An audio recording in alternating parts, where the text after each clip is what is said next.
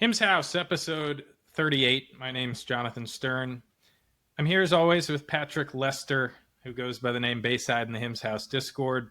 We have a ton to discuss today, so let's jump right into it. We have a Bloomberg Businessweek big time story that just dropped this morning.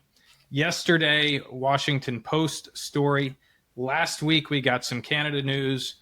Over the weekend, some Zava numbers, still unconfirmed as of now, no 8K yet, but the Zava numbers have begun to circulate.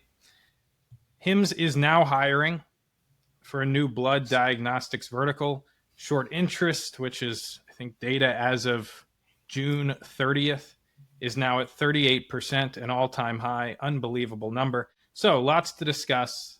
Let's start with the Bloomberg story. The title was How HIMS Became the King of Knockoff Weight Loss Drugs. Subtitle, Big Pharma Hates the Telehealth Startup. Meme Stock Traders. I think they're referring to us, HIMS House. Meme stock traders love it. Why CEO Andrew Dudum won't stop selling GLP-1s no matter how risky it may be for the company. Long article. I know you read it this morning. Any first thoughts? Well, first of all, you shouldn't underestimate meme stock traders because they're doing all right on this stock. But that said, as we said prior to the pod, we've got a ton of really smart people in this in our Discord. So I don't think there's any, despite the shot, I think it's predictable. My big picture view of this article is that I've talked to the press. I've been on both sides of this. I've played the reporter in enough roles as well. Sometimes reporters come in with a story they just know they're going to write. And the easy story to write is HIMS is selling knockoff drugs, and they've got some crazy meme investors who are paying attention to them. And that's pretty much the whole story. And it doesn't really cast anybody in a particularly favorable light. Overall, I didn't see really much that was newsworthy or noteworthy in this article. So I just kind of rolled my eyes and just said next. That was kind of my attitude. Yeah, I didn't love it. I thought the photo of Andrew, it was a good photo of Andrew. They certainly made him look nice in the hills of San Francisco or wherever that was. I was unhappy, I have to say, with the depiction of HIMS House. I know you mentioned that briefly, but part stock trading, tip hub, meme swapping forum, and fanboy clubhouse.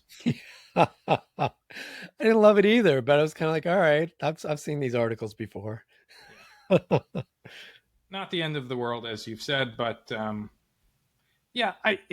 main thing that was interesting to me is that HIMS gave Madison and Devin the interview. I guess it was last week or 2 weeks ago after the Novo deal ended. Andrew was on vacation in Hawaii or wherever it was, gave them the interview, and they turned around and wrote what was a very negative, I think it in parts unfair article. So that was one of the major takeaways. There are a few inaccuracies about HIMS House, but that's not the end of the world. We can straighten that out another time. Let's move on to actual news.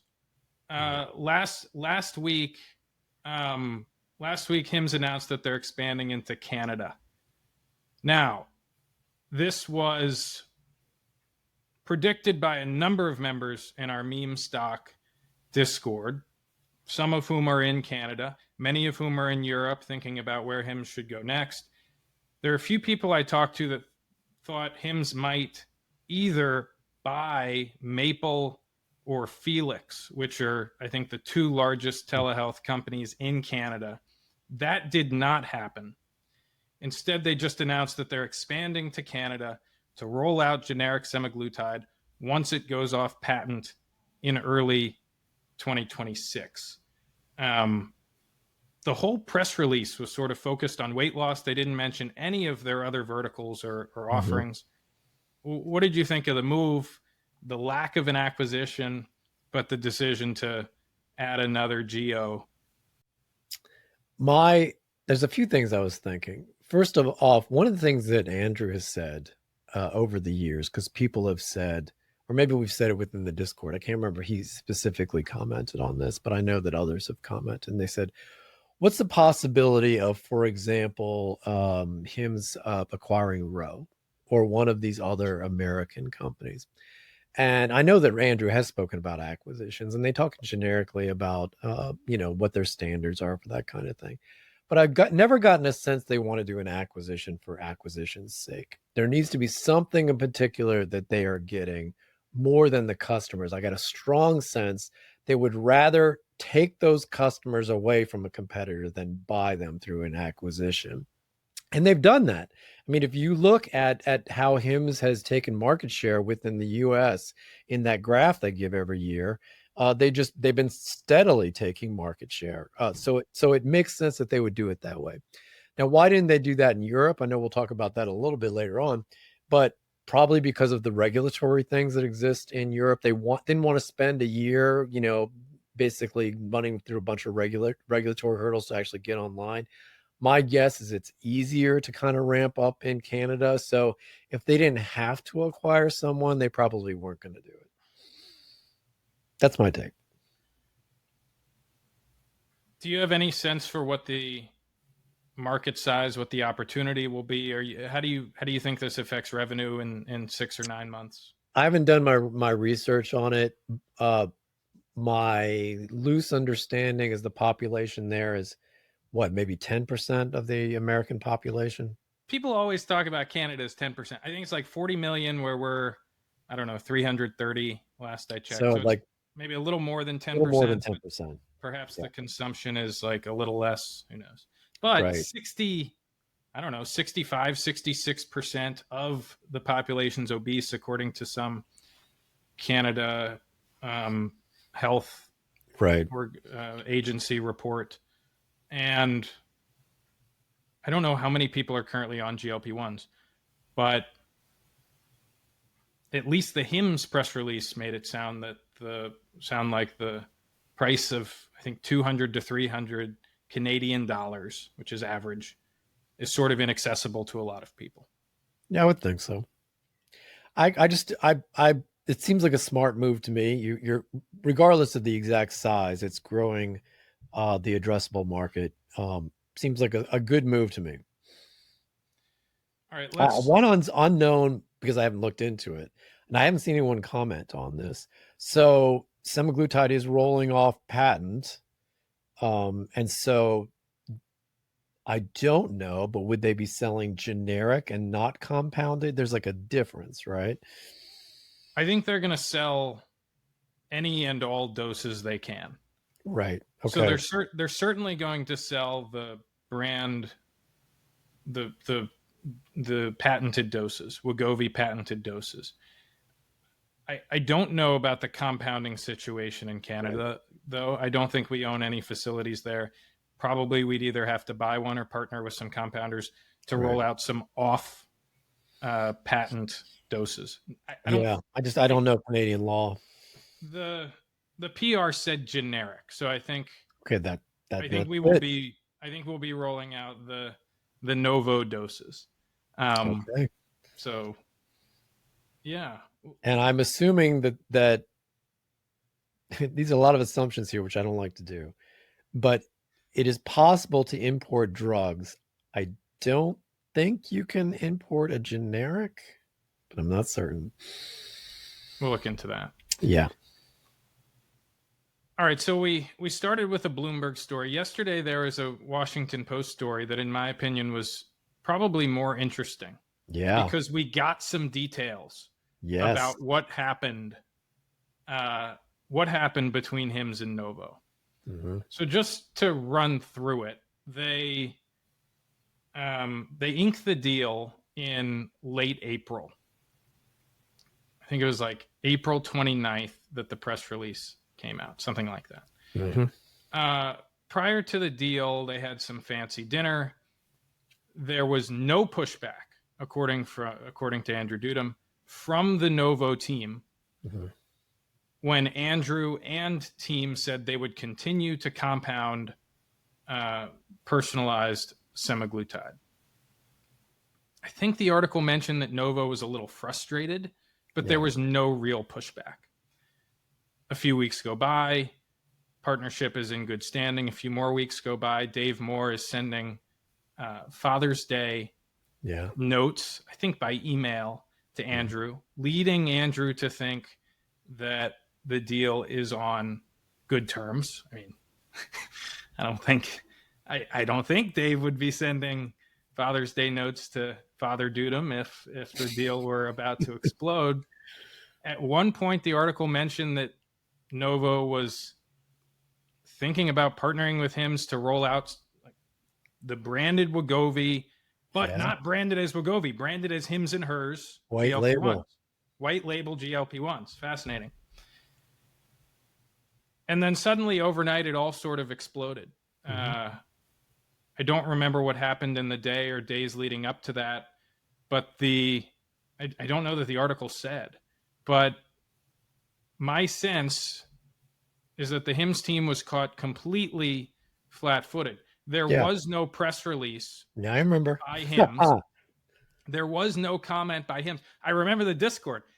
Where is Andrew?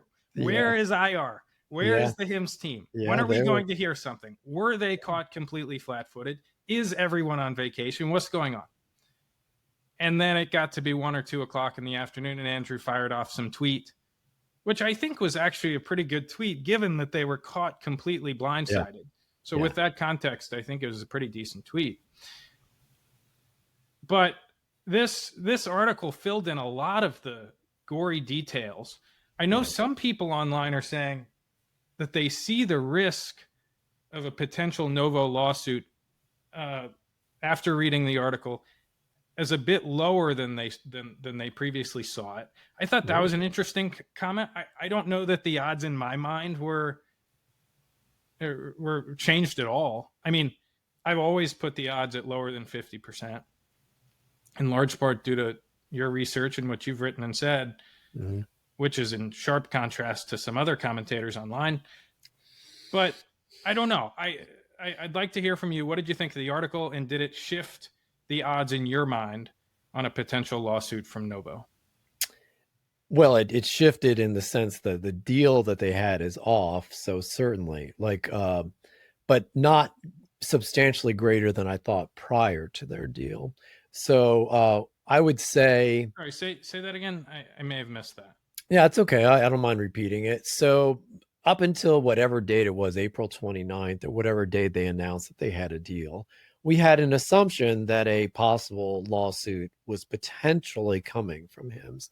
My best guesstimate, based upon the work that I've done, was that yes, the chances of any kind of lawsuit, little harder, because you could do sort of a low grade lawsuit based on, I don't know, misleading advertising or something like that, which would not have been the end of the world. But if it were a patent lawsuit, which is I think what people were mostly focused on at the time, I always felt the chances of that were less than 50-50, as you noted, not zero.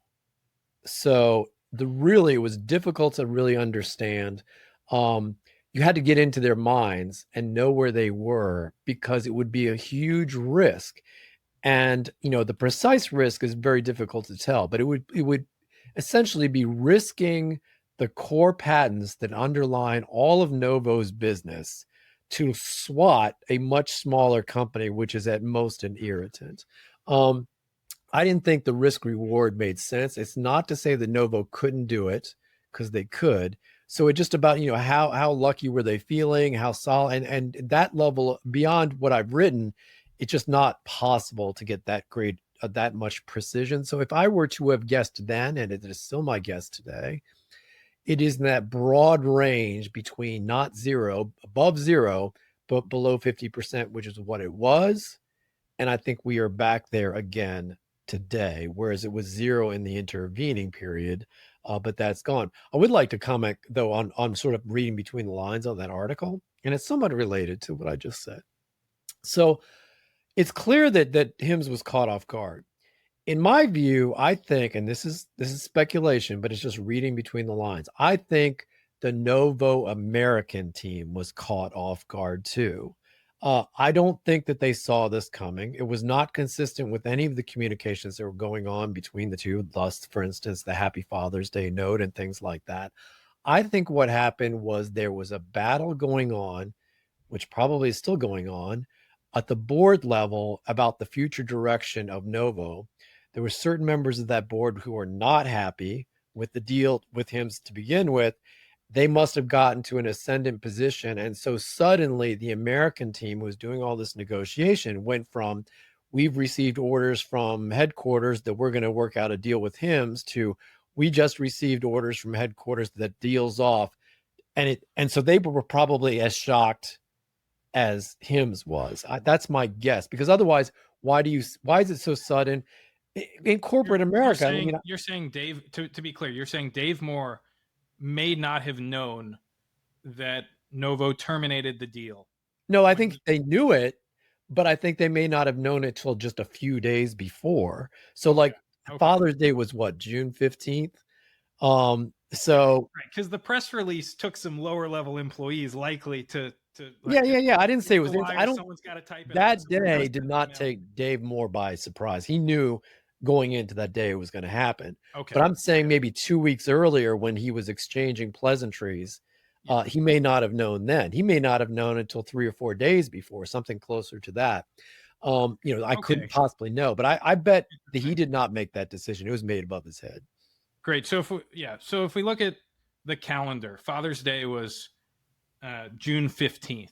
There you go. The deal didn't explode until 8 days later. I think it was June 23rd. There you go. So you think it could have been 3 or 4 days. So boom, June 19th. That the whole situation reads as if it was a decision made at a higher level. That's why you get the sudden shift.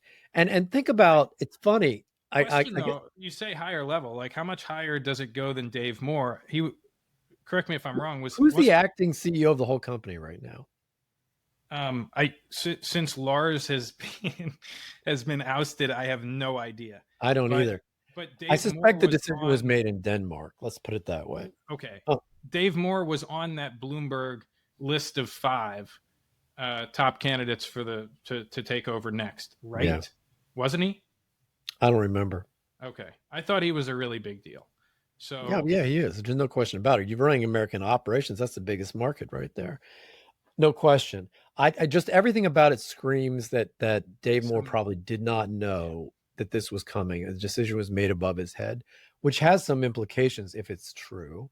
I mean, first of all, and maybe you've got some experience in corporate America. I've got certainly plenty of experience in the political world. I have experience at startups, but okay. I have experience in my understanding of how high level people work. Okay. Everyone's buttoned up. You do not get emotional about stuff. You just don't, right? Particularly in Europe, right? Yeah. So I can't tell you how many people that I've dealt with at that level. And so you may be internally thinking, you so-and-so, fill in, not for prime time words that you want to think about someone, but you never say them. You pleasantly smile and you say all of the right things. And so a way a deal like this normally would end, I would think, is you have a negotiation going on between HIMS and Novo. They're channeling back to Denmark to see how they feel. Ultimately, you're looking for a win-win decision on this, and you kind of listen for the win on the other side. You have to try to come up with some on both sides are going to make both sides happy. So Andrew's position is we don't want to give up compounding of semaglutide. Okay. But we really need that. So then the conversation should advance. Well, let's, for the sake of argument, imagine you did. What would a deal need to look like to make that acceptable to you? Well, if we did do something like, you'd have to give us the branded version at a very much deeper discount than you're suggesting. And those kinds of conversations happen. You eventually land at a place where a deal can happen, or you go, you know what? Doesn't look like we're going to be able to make this happen. Also, we've been looking at the data coming in over the past few months. We're not getting enough of the branded drugs sold.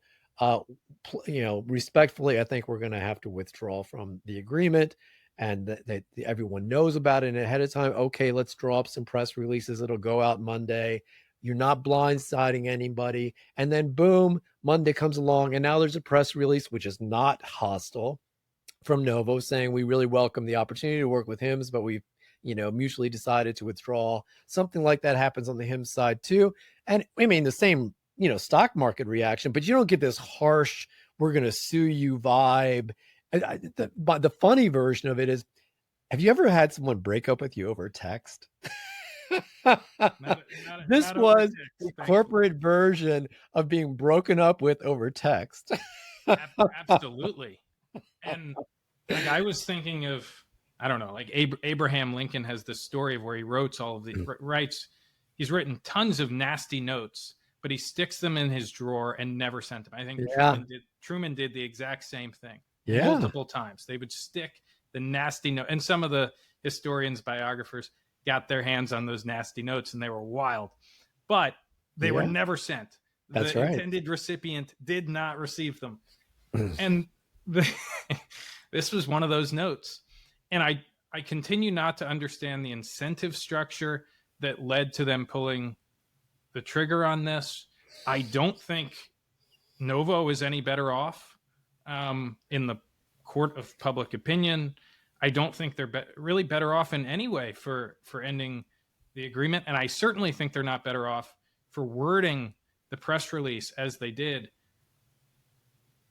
So again, the incentive structure, like it really was a rash, emotional thing from a it's a nasty breakup. $100 billion company or whatever they are. I know that they've been cut in half. Yeah, you're supposed to be more buttoned up than that. Maybe they're 200 billion. I don't know the current market cap, but they've been cut in half and may continue bleeding. Any further comments about the Post story? Yeah, so I do believe that we got a good. I'm speculating. I do think it was a decision that was made higher up, and it caught the U.S. team at least not as by surprise as it caught HIMS, because I think they found out a few days earlier. But I don't think this decision was made at the level of the U.S. team. But the last thing I'll say about Novo, I know we got other things to talk about, is that, as you well know, because we've talked about it on past podcasts, this Novo deal was something that was personally important to me because it was very much part of my thesis long term for HIMS, which was that HIMS would become the quote front door unquote to more advanced care, and I felt that the Novo deal would be the first of many. That this event didn't kill that possibility, but certainly did not help. Yeah, I thought of you, unfortunately, the moment that this news hit, because it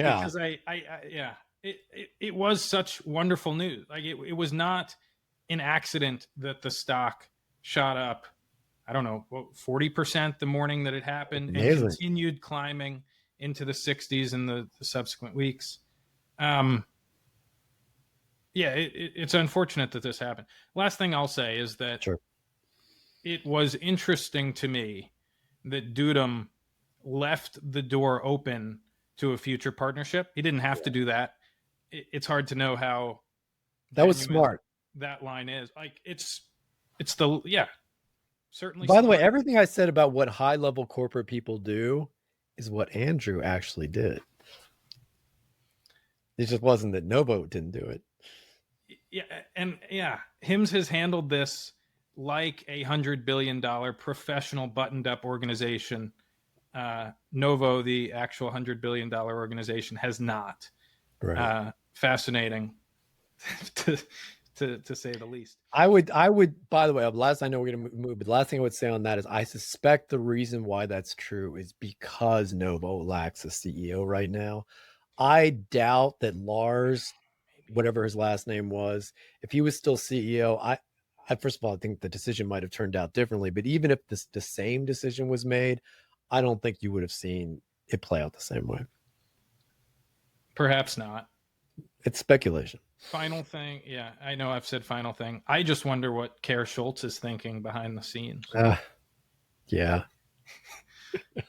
He's on the board. Not clear how much he and Andrew talk, but one has to think that they talk every so often. Yeah. He's certainly watching. Oh, no question. Wild. Okay. Do we want to move to this job post that caused caused some ripples in the Discord and on Twitter. The HIMS is now hiring a senior program manager, blood diagnostics. Yeah. I'll just read a little from the job description, and then maybe you could respond. So they're hiring this program manager to lead the end-to-end operational implementation and readiness of the blood diagnostics vertical. The role will be critical in bringing a strategic business initiative to life from concept through launch and ensuring all cross-functional teams are aligned, timelines are met, and operational excellence is achieved. Unique opportunity to build new business verticals from the ground up, working at the intersection of healthcare innovation, blood diagnostics, and consumer experience. This is the first post we've seen about this new vertical. We've heard it's coming. We saw a photograph.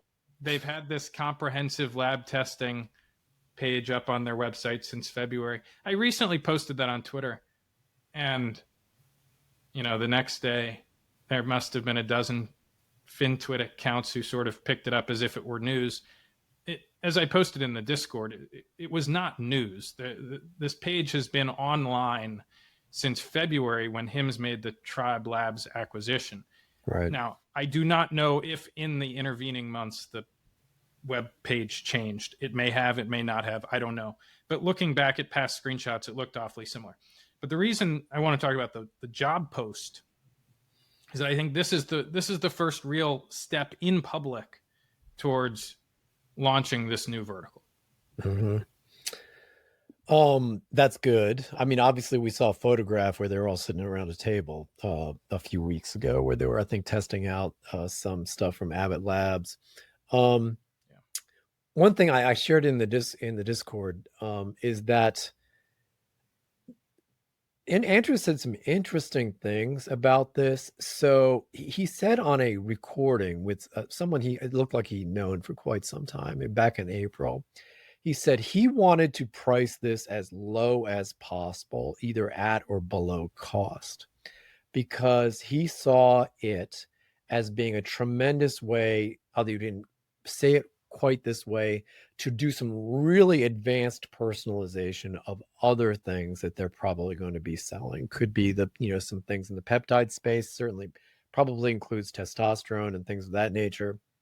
So this is going to be not necessarily a bottom line generator, but rather a vehicle for selling other things. And he said, from memory, and this is accurate because I remember quite clearly, he said, I want to give this to every HIMS customer, have it built into their membership. So he's not going to go out there trying to sell these things. He wants to get everybody the option to have them and have it built into their membership. Now, once someone has submitted that information, you can do tremendous amounts of personalization, and you can also find out a lot of things that maybe they don't even know that are potential health issues that they should know about. So it really opens a lot of doors potentially. So it's exciting that this is happening. Any speculation on the timelines? How long is it going to take to launch? I couldn't tell you how long it takes. Is this necessary in order to do TRT and menopause? I know we've talked a little bit about that in the Discord. I don't know. Yeah, I am actually planning to do a series of articles, as you know, and doing a deeper dive on that is something that's in the works. Yeah, that was the main question I had, and it'd be a question for Dr. H if he's hanging out in the Discord. Basically, like, to what degree is this related to the upcoming launch of TRT? Hard to know. I have no idea. We need our doctor. Yeah, we do. Anyway, hop in the Discord. We'll be talking about all those things after the program. Dudum responded on Sunday afternoon to Nighthawk. Did you see that? I did. I love it. What is that this creature? Is kind of a news Nighthawk's post. Sorry, say that again. So he was posting one of these memes. He's posted it in the Discord plenty of times. It's some kind of animal that's sitting and screaming out saying something. In this particular case, I think it's like a gopher ferret. Gopher? Yesterday on the HIMS Daily, I called it a gopher GIF that a gopher that was summoning Andrew, big all caps ANDREW, and he gave it the rolling on the floor laughing emoji, which was terrific. That's fantastic. I love it. This is a news show, sort of. We're going through all of the big stories. I mean, I see this as, I think you could argue as to whether this is news or not, but Andrew doesn't post that much. No, he doesn't. He's pretty selective about when he posts. I don't know that TRT is coming this week, but I think it's not nothing, and I don't know quite what to make of it. But the I think you just interpret it as quote, "I hear you." Right. Like if you were talking to him, he's like, "Yeah, I hear you." That's what it said. I think it's not nothing, but yeah, I'm happy for Nighthawk that he's making something of his account. Yeah, he's doing well. I'm gonna have a lot of work to do to kind of get even close to him. Yeah, he's doing very well. Okay, let's turn to how HIMS is doing in terms of the alt data. We have okay, so we just announced we're going to be reporting earnings after the bell on August 4th. That's a Monday. We always do Monday. Yep. I know you have some thoughts about that, and we'll probably have an earnings preview show. But let's sort of go through how you're thinking about HIMS from an alt data perspective as we wrap Q2, as we sort of gear up for earnings season. Morgan Stanley came out with this note yesterday saying that app downloads declined year over year. I think they said for the first time ever. If you subscribe to the HIMS House data tracker, you would have been well aware that app data was not looking great, right? Like we'd been reporting on that really through all of June into early July. So not a surprise. I think certain things were potentially overstated by Morgan Stanley, particularly in the web traffic domain. They said, now, and so our sources of data are different. They said, what's the name of their data? It's, I can't remember the name, but they have some internal proprietary data that said web traffic in June grew 5% year over year. SimilarWeb, which is the standard for many hedge funds and sell-siders, SimilarWeb said plus 31%, and that's combining HIMS and HERS and HIMS UK. Now, if you look at HIMS, it's closer to plus 2%. If you look at HERS, it's plus 182%. Incredible business. And the UK is close to flat. I think it was like flat to down in June. But the fact of the matter is, if you take HERS into account, which maybe they weren't doing if they're just saying plus 5%, I have no idea. But if you take HERS into account, the overall number is closer to plus 30%. That's year over year. That's year over year. And I know you're less concerned about that, and you're sort of looking at the monthly or quarterly changes. And I think that's wise, right? But like the headline number from Morgan Stanley is, oh my, downloads are down year over year. Web traffic is basically flat. Any thoughts on that? And then maybe we'll get into Google Trends and credit card data as well.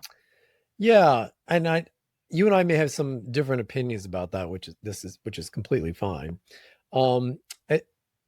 My overall take, having looked at all these data points, especially those from the data tracker, which you put together, I look at Google Trends on my own and check credit card data from other sources when I'm able to.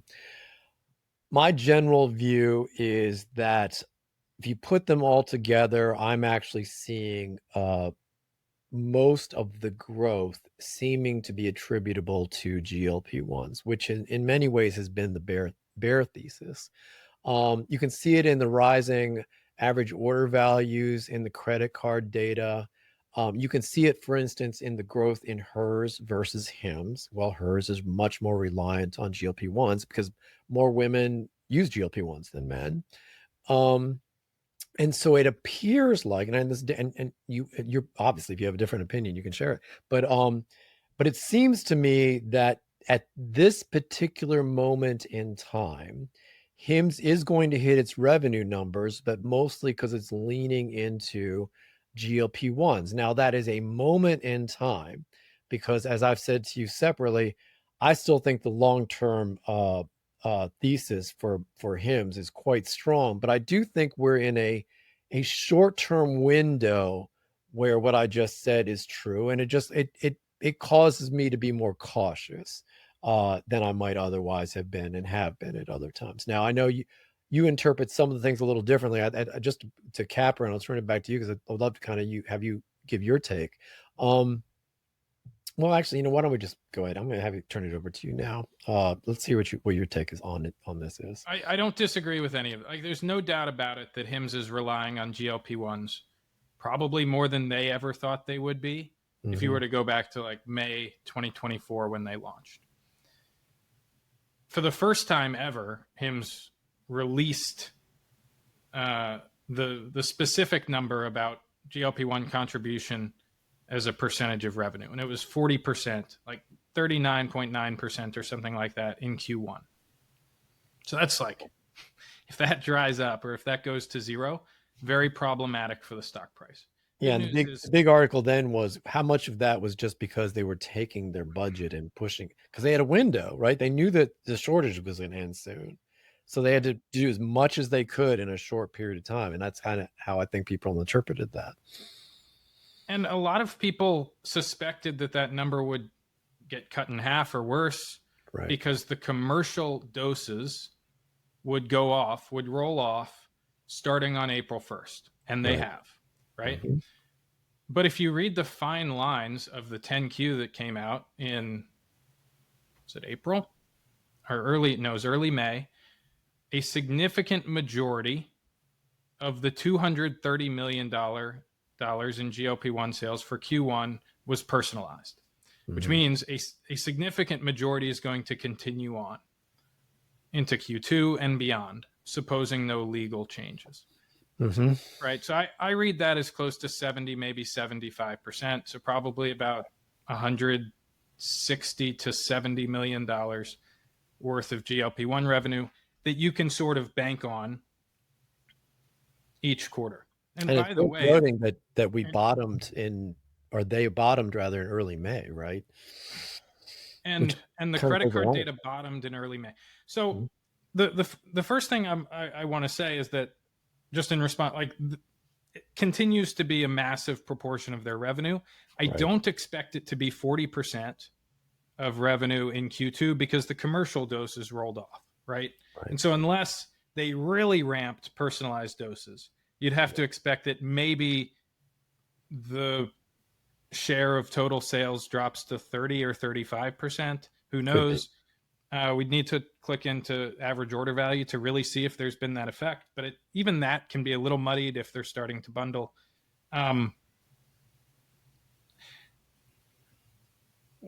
The one thing that I wanted to note was interesting from this Truist article that dropped on July 9th. It says the price increases and subscription changes may be in response to, quote, softening GLP-1 trends. That's what Truist said. They said that GLP-1s are softening, mm-hmm. which that's sort of the one piece of disagreement, if we're to trust Truist, that I'd have with what you said, which is that rather than ramping GLP-1s, they might be dialing it back. Or at least Truist seems to think so for some reason. I don't think so. That's not what I see in the data. More importantly, although this is itself a question mark. Yeah, I agree. There were some other inaccuracies actually from the Truist report, so it could be that they're just dead wrong. And it wouldn't make sense that they would be dialing it. Like, for what reason would they be dialing it back? So the reason why there's other stuff that's going on there. Well, so yeah, I'll just leave it at that. The data doesn't seem to support that. It seems like the average order value is coming up. I just don't see that being the case. So we'd have to click into the numbers, but let's say and I don't remember who said this on a recent pod, but it can be difficult to do math sometimes Yes. as we're streaming. Yes. But let's try to go through the numbers Okay. real quick. And So not embarrass ourselves. we had 586 million in revenue for Q1, Okay. right? With commercial doses of semaglutide. Right. Let's say revenue for Q2 comes in between, I don't know, 545 and 555 million. That's not my official prediction. We release those to subscribers, and I have a little tweaking to do before we send that out, but it might be in that range. So let's say 550 at the midpoint plus 586 for Q1. But again, for Q2, we're not assuming any contributions from commercial dose semaglutide. Is that right? Yes. If contributions from commercial dose semaglutide were in the range of 60 to 70 million in Q1, right? Then you subtract that from the 586, you're looking at like 515 or 520, right? Which suggests to me that there has been growth, some growth. So either that's personalized semaglutide that's filling the $30 million gap there, or hair loss or sexual health, probably not mental health because that's really small, is filling the gap. Is that like, does that 30 million bump, if that exists, get you excited at all? Or am I no, because I think they're marketing, they seem to be marketing personalized now. So I think they're leaning into it. The point I was going to make a second ago, I guess I will make, is that and this is where I need to know more because I've heard conflicting information. In theory, the major HIMS competitors like Roe and others, LifeMD, which is not a major competitor, have indicated they are no longer selling personalized semaglutide. That was a condition for being a partner of Novo Nordisk. Now, there is some controversy about whether or not that's actually true. But if it's true, just let's go with that for the moment, what they've essentially done is ceded the entire personalized semaglutide market to HIMS. So if you want personalized semaglutide, you have to come to HIMS. Yeah. So I think that that's mostly what's happening. I think we do need to do a little more due diligence. I remember the Pulsero had done an analysis, and others within the Discord have done analysis. People seem to be coming to different conclusions. I think you took a look at it, but if it's true that the others are backing away from it, then that should, in theory, provide a bump. I think that's exactly right. Which is to say, let's not assume personalized semaglutide is flat Q1 to Q2. Let's probably assume that it grew 20%, which is the $30 million gap that gets you from 520 to 550. The concerning thing to me, and I know we've talked about this, Patrick, is that implies that hair is flat, that sexual health is flat, that mental health is flat, or at least taken together, that the core business is flat. Yeah, I know. That's one of my words too. And so, as you've said, and as we do in the data tracker, it becomes more and more important with each week that passes to see, is there reacceleration of the hair business? Is the so-called transformation or transition of the sexual health business, is it working? And leading to the numbers curling up once again? Because I think there are ways to look at Q1 and then look at Q2 and see that, oh boy, the core business is basically flat quarter over quarter. Which I would love to give it a little extra color on that. Let me finish your thought, though. Well, let's just say it's not quite what you'd want to see. No. The only thing is that let's remember April and May are always down months. Yeah, that's true. And June was a big month, as we predicted. And by the way, if you look at July, if you look at the Google Trends, if you look at the web traffic specifically, and I haven't seen the credit card data for this week, but if you look at the web traffic, we are on pace for the biggest month in the history of the company. Yeah. So, Well, that's going to be true so, most of the time when you're and growing. that would be, and that had better be true if you're investing in what's a growth company, right? Yeah. But or what is like what should be a growth company. But if you look at the web traffic, like for HIMS, it has not grown in 2 years. Yeah. That's not It where was the an growth 8 is like million for in sure. 2023. So if we could grow the HIMS base and continue the 100+% growth of hers, I think we'd be in business. There are some early indications in July that we're doing exactly that, but we'll have to see what happens. This is why I keep saying it's not like I'm bearish. I'm bearish compared to what I normally am, which is extravagantly bullish. But what I am really is very neutral and cautious. There is an underlying data point to this which matters. So one of the things I keep saying is, as I don't post that often in the Discord, but one of the things I keep saying is that I don't care about these year over year numbers. There's a variety of reasons why I don't care. First, because we just came off a gangbuster Q1. Our growth Q over Q could easily be negative, which it will be. And to focus on the year over the year is a distraction. What you want to know is you bottomed in May and that you're growing. But there are other reasons not to pay attention to year over year. A really big piece that people were talking about a little bit back in January, but they kind of forgot about. So my view is people talk a lot about total addressable market, the TAM.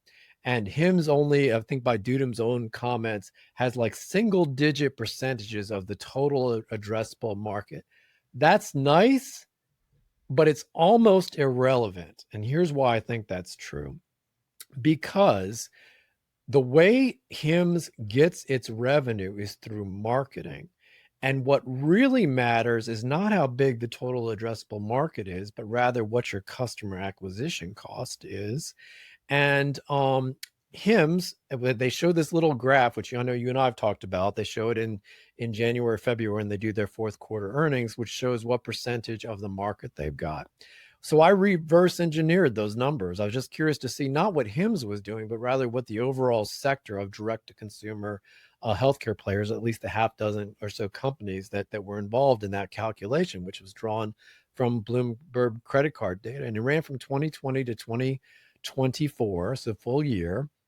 And what you saw is the tremendous growth in HIMS, just astronomical. They went from single digits to basically half of the at least these six companies in just 4 years, 2020 to 2024. It's astronomical. But if you looked at the entire set of companies, they overall had grown something like 9% a year. If you did it together. And if you only looked at the other companies and not HIMS, they actually were experiencing negative growth at the same time HIMS was blowing it out. So the secret sauce, what HIMS has been doing is they have got incredible marketing machine, like performing well and above everybody else.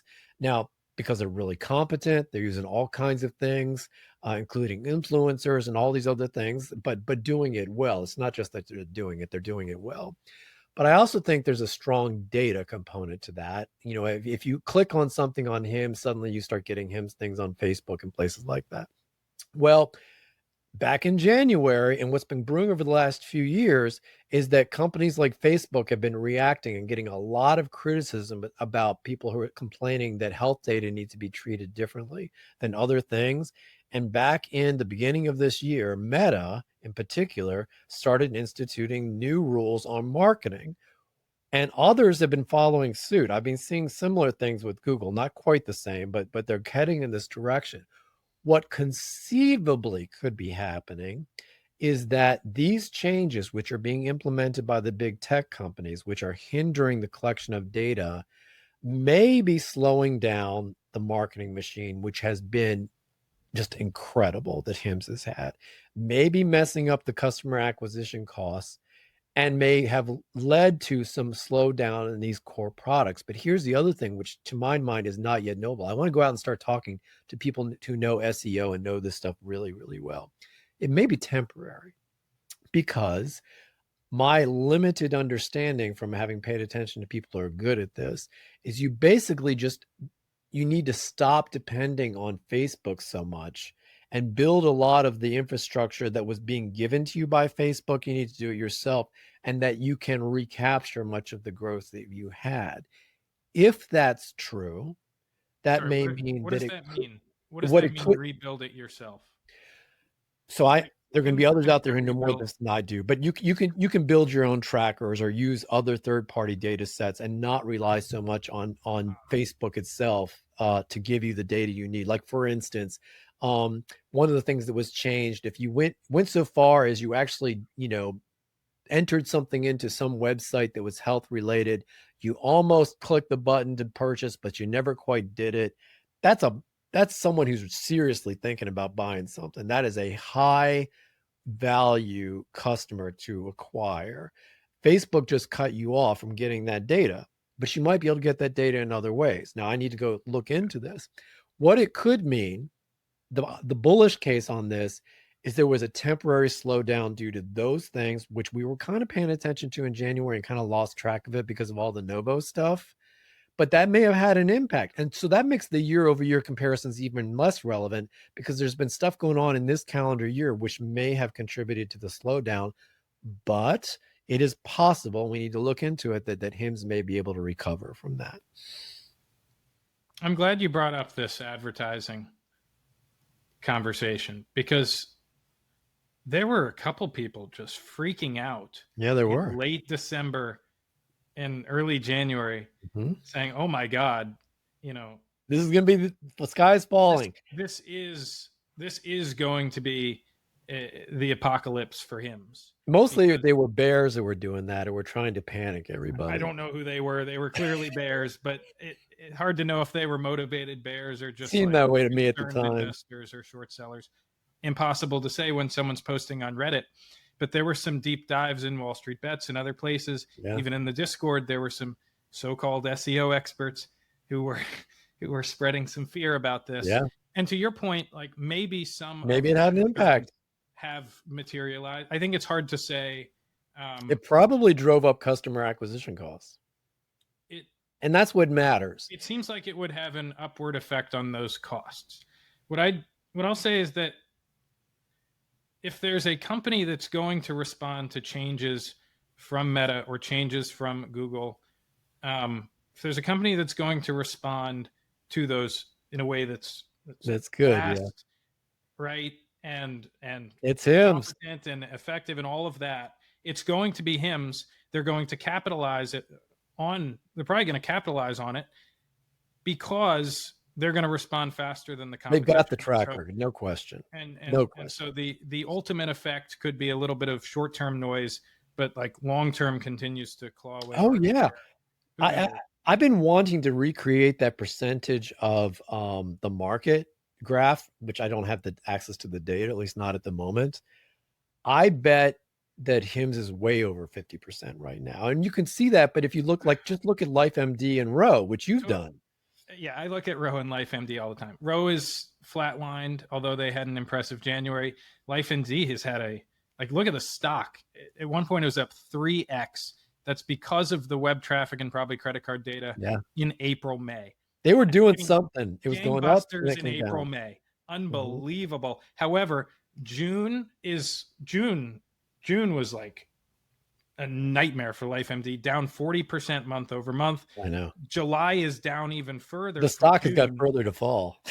So I don't know if we need to advise shorting LifeMD, but I don't think they've figured it out.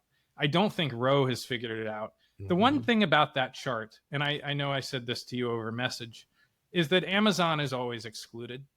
And I think it's probably close to impossible if you're using Bloomberg credit card sales to include Amazon, because I just don't know how would you subdivide it out. Yeah, I don't know if they can separate dollars to One Medical from dollars to the Amazon one thing I've done to compare them, just to say, I would love to see Amazon at some point.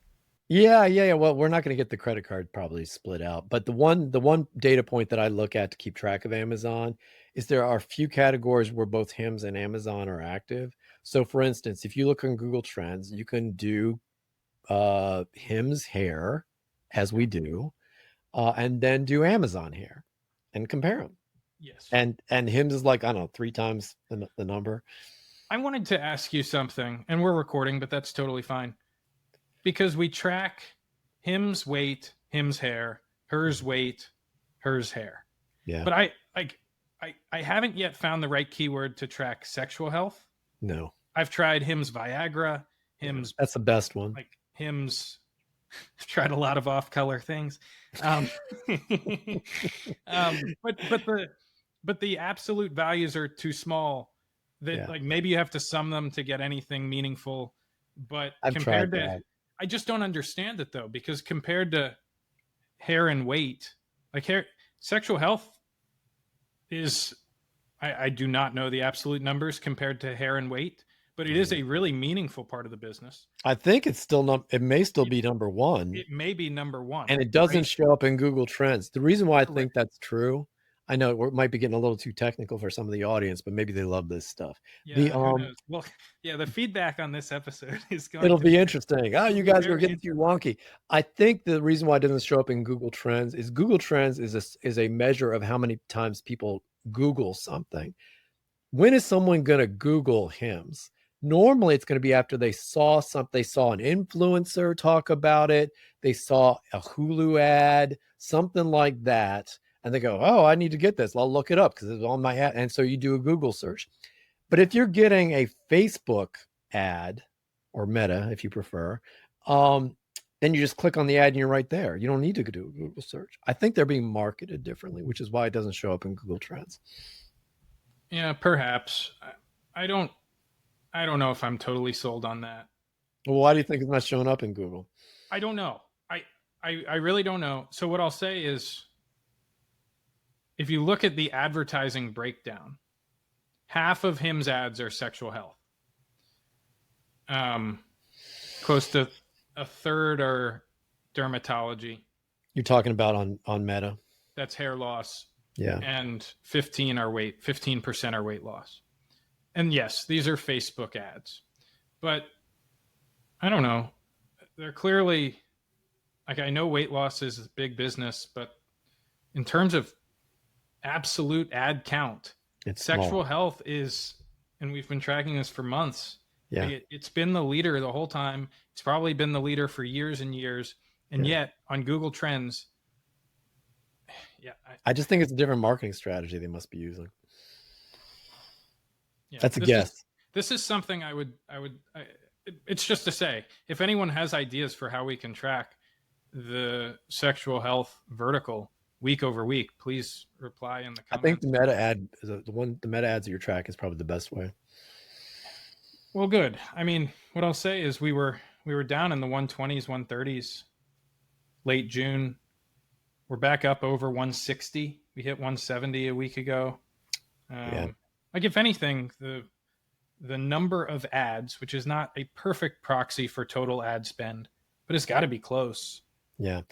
Just for the audience who may not be paying, for the audience who may not be paying attention to this particular category, it is historically been the top category for the company and may still be. They might be getting challenged by weight at the moment, but it's something that can't be ignored. The big thing that we need to pay attention to right now, and one of the reasons why I'm cautious, is that I don't know enough people paid attention. It's like the biggest category for HIMS, at least historically, and they're doing a major thing with it at this time. At the same time, they were transforming or transitioning off of semaglutide. They're changing the product mix and the target customer in that category from episodic, so young guys who are, going out for a date and want to have it just in case they need it, which is, so as needed basis, to a one a day like pill you take every single day, which is targeting an older demographic. And it's these like 3, 4, 5-in-1 pills that have a bunch of other things in them. And apparently there's a much better retention. Like, a guy who's going to take it every day is going to keep taking it every day. Whereas maybe someone who's episodic, I broke up with my girlfriend, I don't need it anymore, I guess. Which is to say, because I see hard mints, I see the photos of the hard mints in the Discord. Those are probably geared towards the younger men, right? Probably. Whereas I saw some advertisements, I don't know, a month and a half ago, where HIMS was using a different font, serifs rather than the sleek sans serif. They were talking about Viagra. They were talking about Cialis. Perhaps terms that would appeal to an older demographic more than mine. Not Whichever one sure. of these pills has Not sure. the statin. That one's for the old guys. That is certainly true. All right. Well, we're at an hour. I kind of want to. Do you have 10 more minutes? Sure. All right. Well, we have new short interest, as I sort of floated at the beginning of the program. 38% short interest, 68 and some million shares are short. Of course, this is data that came out after Novo dropped a nasty press release and ended the deal. Yeah. Shorts doubled, tripled, quadrupled down that day, and really like all week it seemed.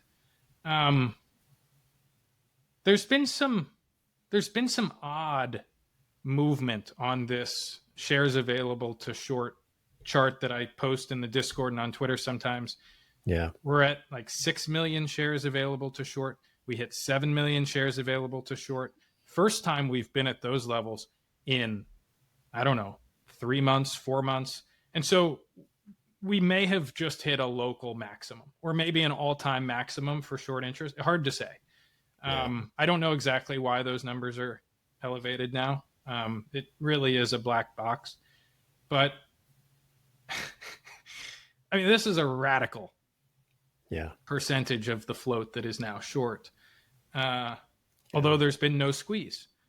How are you thinking about those dynamics? First of all, I'm annoyed because if the stupid Novo deal hadn't fallen apart and instead they had said, here's our updated deal, and we've got a 5-year roadmap that has this, that, and the other, those shorts would have been in deep doo-doo. And they're not.